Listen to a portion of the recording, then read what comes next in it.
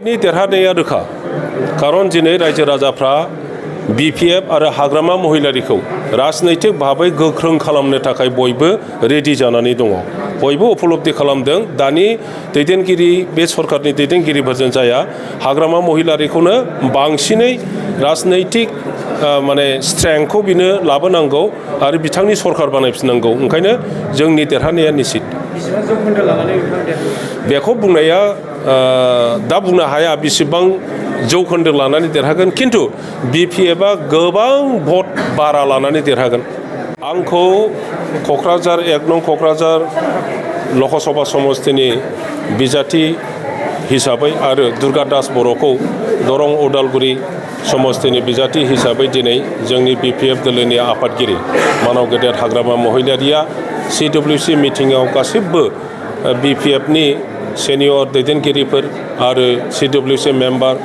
PMB मेम्बारफोरनि सिगाङाव declare खालामबाय आं गिबियावनो हाग्रामा महिलारि आरो जोंनि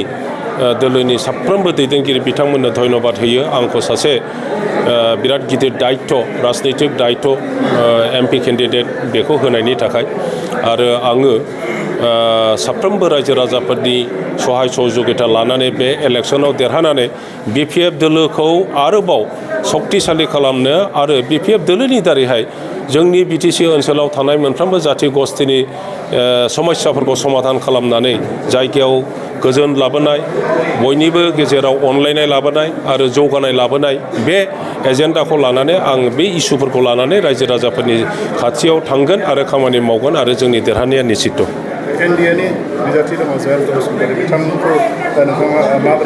जों नुनो मोनदों जे फारसेथिं जोङो BPF थाबाय आरो गुबुन फारसेथिं BJP UPPL आरो JSP मोनथाम दोलोनि खौसे गोहो दङ इउनाइटेड फर्स दा बिथांमोननि जि कमन केन्डिडेट UPPLनि केन्डिडेट जयन्त बसुमतारी बिथाङा गसंगोन दा जों नुनो मोनदों मोनथाम सक्तिनि गेजेराव मोनसे सक्ति JSP बियो अलरेडि लोगो नागारनानै थांबाय मानो जे हिराचरनिया दैदेनगिरि बिथाङा गावसोरनो बिजाथि होगोन होननानै डिक्लेयार खालामबाय गतिके बे मोनथाम दोलोआव बिथाङा गैला दा दङ BJP आरो UPPL आरो BJP सरकारनि जे खामानि मावनाय बे खामानि मावनायखौ नुनानै दिनै रायजो राजाफ्रा आंगायबाय इलेक्शननि समाव गोदै गोदै बुंनाय गोबां माने खोथा होनाय मोनसेबो बिथांमोनहा लाखियाखिसै दिनैसिम बे 3.5 बोसोर सासन खालामनायाव BTC ओनसोलाव गोदान लामा बानायनाय जों नुनो मोनाखिसै रायजो राजाया नुनो मोनाखिसै गोदान दालां बानायनाय नुनो मोनाखिसै गोदान स्कुल कलेज बानायनाय नुनो मोनाखिसै गोदान हस्पिटाल बानायनाय नुनो मोनाखिसै गोदान खुनु बुस्थु बानायनाय नुवाखिसै जि दङ बेयो BPFनि दिनावहाय हाग्रामा महिलारिनि दिनावहाय बानायजोबनाय दा बेखौ नुनानै रायजो राजाफ्रा बुंदों जे बे UPPL बा BJP सरकारनि दारैहाय गुबुन दोलोनि दारैहाय BTCआव सान्थि फैया खौसेथि फैया आरो जौगानाय फैया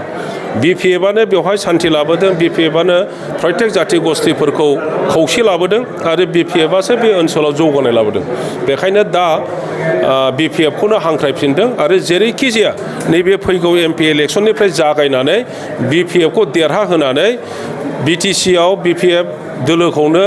सरकार खालामफिननाय आरो बेनि उनावहाय आसाम एसेम्ब्लिनि इलेक्शनावबो BPFखौ देरहाहोनानै आसामनि सरकार दानायाव बाहागो लाफानाय बे राजनितिक परिस्थितिखौ सृष्टि खालामनो थाखाय दा BTC बासिया नेगासिनो दङ आं रायजो राजाफोरखौ बेखौनो खावलायगोन जोंनि BPF दोलोनि नेताफोर आरो रायजो राजाफोरजों ज' प्रत्येक जाथि गस्थिया दा जेरैबायदि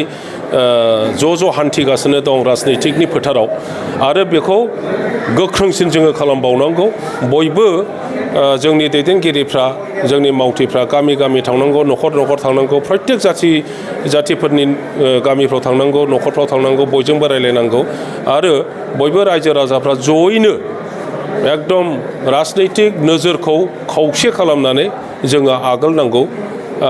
आरो बेनि थाखाय बयबो एसे एनै सेक्रिफाइस खालामनांगोन खामानि मावनांगोन खस्थ' खालामनांगोन बेखौनो आं खावलायो नमस्कार मैं doctor Pratibha Pasari Agarwal IVF specialist at Apollo fertility Guwahati मैं जनाब विचारिছো जे मैं कक्राझार अपोलो डायग्नोस्टिकत 23 मार्चत आহি आसो दुपरिया 12टा बजार পৰা এটা বিনামূলীয়া নিসন্তানতা কেম্প লৈ পেলাই যাৰ এনেকুৱা ধৰণৰ প্ৰব্লেম আছে নিসন্তানতা প্ৰব্লেম আছে আহি পেলাই মোৰ লগত আলোচনা কৰি পেলাই চিকিৎসা কৰিব পাৰে আপোনালোকে বুকিংৰ কাৰণে কল কৰিব পাৰে 8135834710 নম্বৰত আকৌ একবাৰ কৈছো 8135834710 ফোন নম্বৰত কল কৰি পেলাই আপোনালোকে আপোনালোকৰ এপইন্টমেন্টটো বুক কৰিব পাৰে ধন্যবাদ